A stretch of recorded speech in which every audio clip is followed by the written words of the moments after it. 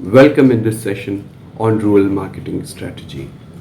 I am Kumar Abhishek, and in this session we will take up the SWOT analysis. In our previous session, we have covered elements of external environment. We did the pestle analysis also. So SWOT is another instrument which helps in understanding the external and internal environment. So starting with the basics of SWOT analysis. So the first thing which SWOT do, it helps in framing the strategy. It helps in forming the strategy related to marketing or in other business activities as well. It helps in identifying the external and internal environment and how the environment are in and around the business. It also helps in identifying the present and future scenario. We will take and understand these basics as we move ahead. So starting with the first element, that is strength. So let's take an example. Suppose if I'm a farmer, I'm producing some turmeric which is having higher level of antiviral quality.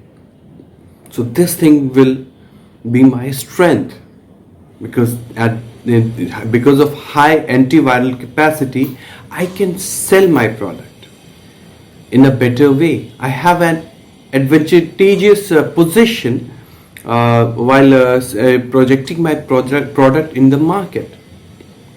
So my product will be better than the competitors, people who are looking for antiviral medicine or and more having a higher immunity kind of product, or the turmeric will go for my product. So this differentiation, the point of difference, I can exploit this particular thing. I can use this as my strength to have a better access to the market as compared to my competitors. Here we can fight the competition, we can make our presence in the market. Let's take the second part, that is weakness. Weakness is related to internal environment. It is more specific to the product or the service or the subject itself, just like strength. It is more related to the present time because whatever the quality or attributes are there at this moment. So it is more related to the present as well as related to the internal environment.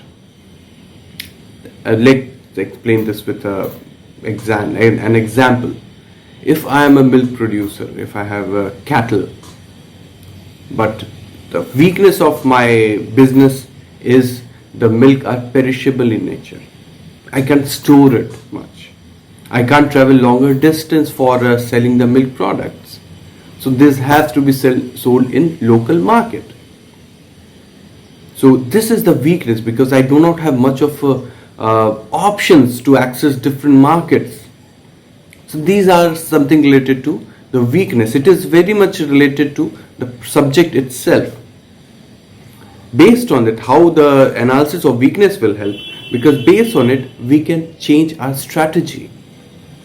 If the shelf life of the product is low, either I will try to bring the cold chain management, or I can convert this product into some higher value product. So if suppose I'm converting that milk into some other value added products, by doing that I am increasing the shelf life. So I did not have to sell the product at lower price just because I do not have infrastructure to fight that short perishable life.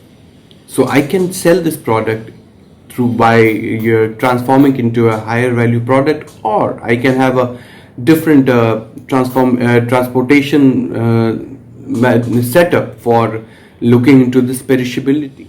Now comes the third part, that is opportunity, as the word itself tells a lot more about what opportunity is.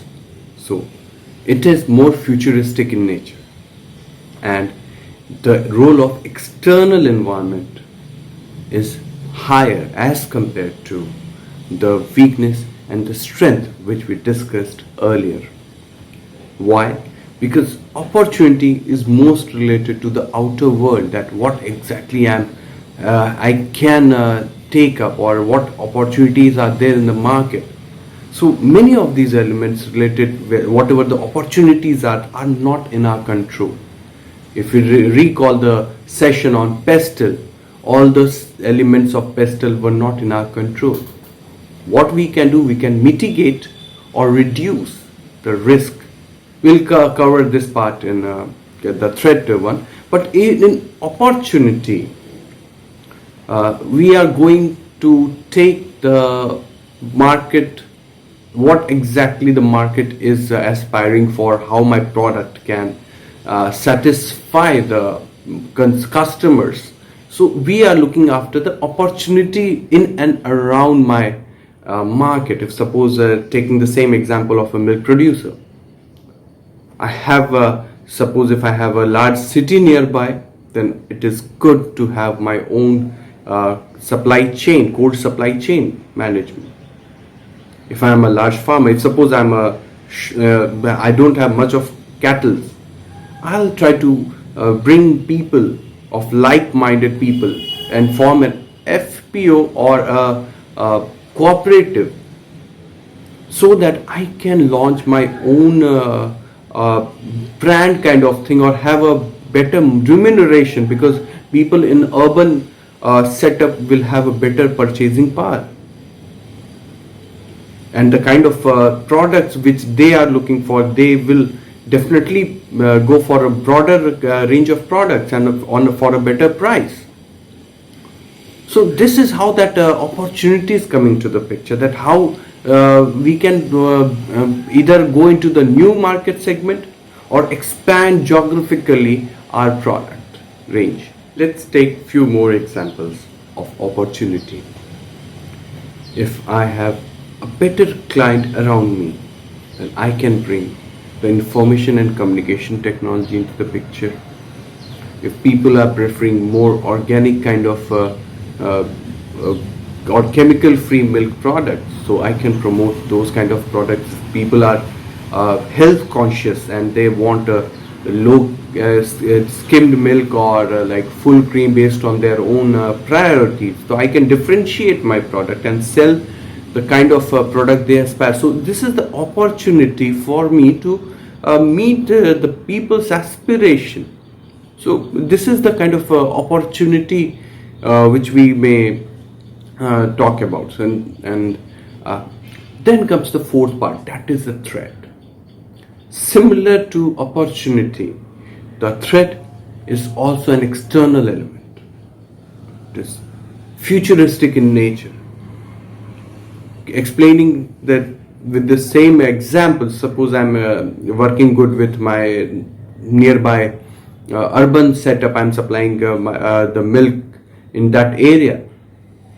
What if, due to climate change, the perishability of the milk increases, or the composition of milk changes?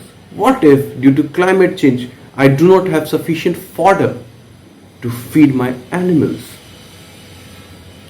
What if, due to rise in tariff of transportation, the business which I am running right now will lose the profit? So all these elements we discussed right now are beyond our control. We can't control these elements. So that's why the threat and the opportunity are those elements which are beyond our control. We can maximize the opportunity and we can mitigate the risk, the threat. But we can't say that the risk is 0 and the opportunity is 100%, because these elements are never in our control. So we'll take one more example on threat. Suppose I am working good in my nearby urban area, I'm selling my milk products and getting a good business. What if some foreign company comes with their milk product, offering the powder product at a such lower price that being my product more healthy and more natural, but I can't beat them in terms of price or supply because of the shelf life of the milk powder is much higher, so their distribution channel will be even more robust as compared to the natural milk. Those people who do not have much of kind of a preference in terms of real milk and the milk powder, they will definitely go for those products. So here I can't control it because it is a part of international business or policy or something related to environment or related to culture, socio-culture, if we recall those pestle analysis. So we can't control these elements. So that's why this is a challenge for us. This is a kind of threat for our business. And now we'll talk about the application of SWOT. It is a very simple tool. Those who are doing business or into the activity can bring this analysis and it is very subjective in nature. It is not quantified. So this is one of the flaw which the SWOT analysis is having, because how much is the threat or how much is the opportunity? SWOT analysis is not that kind of robust to measure that. So this is one of the critique for SWOT analysis. And apart from that, like how it helps us in framing the better marketing strategy, mitigating the risks, making a resilience mechanism for any kind of a potential threat, working on the alternative to make the weakness into strength, that how should I go for changing the nature and behavior of my product, or should I change the market or the segment or whatever it is. So it is helping us in understanding and establishing our brand in a much better way as compared to the other competitors. It will also help us in understanding the future of the market, that how we should take it forward for a better brand in the market, or how to expand geographically or even in terms of product range. So all these things, SWOT analysis is very effective in measuring it. And with the help of pestle and SWOT, we can see and understand that how the external environment it is affecting, how it is going to affect our business or our activities.